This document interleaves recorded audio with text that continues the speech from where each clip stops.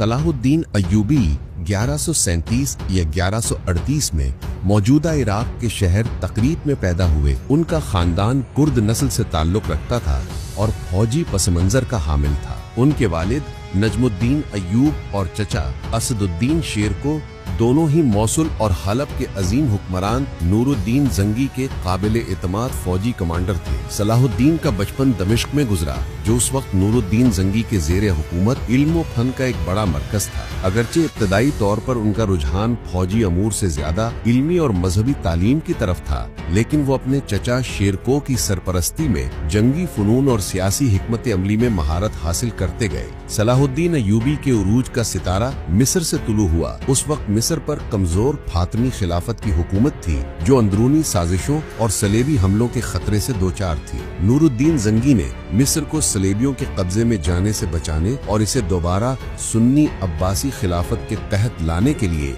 अपने सबसे तजर्बाकार जर्नैल असदुद्दीन शेरकोह को भेजा। सलाहुद्दीन अय्यूबी भी अपने चचा के नायब के तौर पर इन मुहिम्मात में शरीक हुए। कई सालों की पेचीदा फौजी और सियासी कशमकश के बाद शेरकोह ने 1169 में मिस्र पर मुकम्मल कंट्रोल हासिल कर लिया और फातमी खलीफा के वजीर बन गए, लेकिन सिर्फ 2 माह बाद ही उनका इंतकाल हो गया। उनकी वफात के बाद 32 साला नौजवान सलाहुद्दीन अय्यूबी को मिस्र का नया वजीर और फौज का कमांडर मुकर्रर किया गया। मिस्र का हुक्मरान बनने के बाद सलाहुद्दीन ने अपनी पोजीशन को तेजी से मुस्तहकम किया। 1171 में उन्होंने फातमी खिलाफत का बाकायदा खात्मा कर दिया और मिस्र को बगदाद की अब्बासी खिलाफत के ताबे कर दिया। इस तरह इस्लामी दुनिया के एक बड़े हिस्से को नजरियाती तौर पर मुत्तहिद कर दिया। 1174 में नूरुद्दीन जंगी का इंतकाल हो गया। उनकी वफात से वो इत्तेहाद खतरे में पड़ गया, जो उन्होंने बड़ी मेहनत से कायम किया था। नूरुद्दीन का बेटा अस-सालेह इस्माइल अभी कम उम्र था। सलाहुद्दीन अय्यूबी ने इस खला को पुर करने का फैसला किया। वो नूरुद्दीन जंगी के हकीकी जानशीन के तौर पर सामने आए। उन्होंने मिस्र से शाम का रुख किया और अगले 12 साल यानी 1174 से 1186 तक अपनी जिंदगी के सबसे मुश्किल दौर में गुजारे,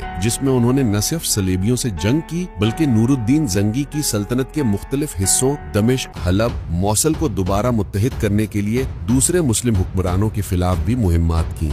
आखिरकार 1186 तक सलाहुद्दीन अय्यूबी ने मिस्र, शाम, जजीरा यानी बालाई मेसोपोटामिया और हिजाज को एक अजीम सल्तनत में मुत्तहिद कर लिया। अब वो सलेबियों के खिलाफ फैसला कुन मार्के के लिए तैयार थे। सलाहुद्दीन अय्यूबी का असल हदफ बैतुल मक़दस की आज़ादी था। इसका मौका उस वक्त आया जब यरूशलेम के सलेबी बादशाह गे ऑफ लुज़िनैन या और खास तौर पर एक बदनाम जमाना सलेबी लॉर्ड अरनात ने मुसलमानों के साथ किया गया अमन मुआहिदा तोड़ दिया। अरनात ने न सिर्फ मुसलमानों के तिजारती काफिलों को लूटा, बल्कि हाजियों के काफिले पर भी हमला किया और यहाँ तक के मक्का और मदीना पर हमले की धमकी दी। इस खुली जारहियत के जवाब में सलाहुद्दीन ने जिहाद का ऐलान किया और अपनी मुत्तहिदा फौजों को तलब कर लिया। 4 जुलाई 1187 को हत्तीन के मैदान में तारीख की फैसला कुन जंग लड़ी गई। सलाहुद्दीन ने अपनी शानदार जंगी हिकमत अमली का मुजाहरा करते हुए सलेबियों की मुत्तहिदा फौज को एक ऐसे खुश्क और गर्म मैदान में घेर लिया जहाँ पानी का कोई जरिया न था।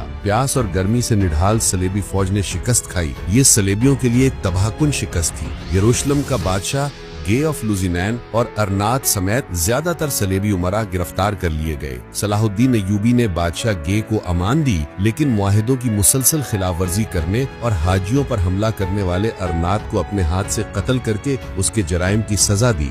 जंग हत्तीन में सलेबियों की फौजी ताकत मुकम्मल तौर पर तबाह हो चुकी थी। इस फतह के बाद सलाहुद्दीन अय्यूबी ने तेजी से सलेबियों के जेरे कब्जा शहरों अक्का, याफा, बैरूत वगैरह को फतह करना शुरू कर दिया। आखिरकार सितंबर 1187 में वो यरूशलेम यानी बैतुल मक़दस पहुंचे और शहर का मुहासरा कर लिया। शहर के मुहाफिज बैलियन ऑफ इबलन ने मुजाहमत की, लेकिन जल्द ही समझ गया कि शिकस्त यकीनी है। 2 अक्टूबर 1187 को सलाहुद्दीन अय्यूबी ने पुरअमन तरीके से शहर का कब्जा हासिल कर लिया। ये दिन इस्लामी तारीख में इसलिए भी अहम था कि ये मेराजुल नबी सल्लल्लाहु अलैहि वसल्लम का दिन था। सलाहुद्दीन का यरूशलेम में दाखिला 1099 में सलेबियों के दाखिले के बिल्कुल मुख्तलिफ था।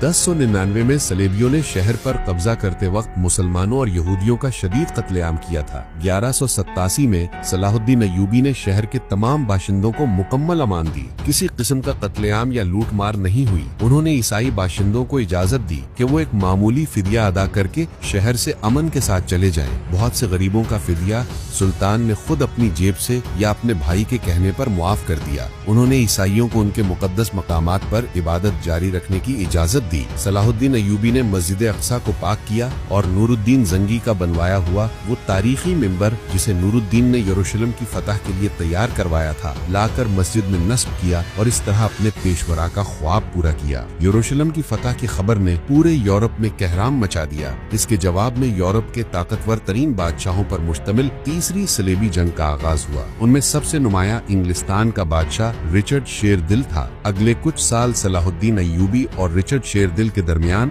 जंगी मारकों की दास्तान है। अक्का का मुहासरा। सलेबियों ने साहिली शहर अक्का का तवील मुहासरा किया और बिलाखिर इसे सलाहुद्दीन से छीन लिया। रिचर्ड ने यहाँ वादे के बावजूद 2700 मुसलमान कैदियों को कत्ल करवा दिया। रिचर्ड ने यरूशलेम की तरफ 2 बार पेशकदमी की, लेकिन वो कभी शहर पर हमला करने की हिम्मत न कर सका क्योंकि वो जानता था कि वो सलाहुद्दीन की मौजूदगी में शहर पर कब्जा बरकरार नहीं रख सकता। इस जंग के दौरान दोनों बादशाहों के दरमियान दुश्मनी के बावजूद एक दूसरे के लिए एहतराम का रिश्ता भी कायम हुआ। सलाहुद्दीन की तरफ से बीमार रिचर्ड को फल और बर्फ भेजने के वाकयात तारीख में मशहूर हैं। आखिरकार 1192 में दोनों फरीक थक चुके थे। मुआहिदा रमला पर दस्तखत हुए जिसकी शराइत ये थी, यरूशलेम यानी बैतुल मक़दस मुसलमानों के पास रहेगा। मसीही ज़ायरीन को शहर में अपने मुकद्दस मकामात की ज़ियारत की मुकम्मल आज़ादी होगी। सलेबियों के पास साहिल की एक छोटी सी पट्टी अक्का से याफा तक बाकी रहेगी। तीसरी सलेबी जंग सलाहुद्दीन अय्यूबी की एक अजीम स्ट्रेटेजिक फतह थी। उन्होंने बैतुल मक़दस को अपने पास रखा। रिचर्ड शेरदिल अपने मकसद में नाकाम होकर वापस इंग्लिस्तान लौट गया।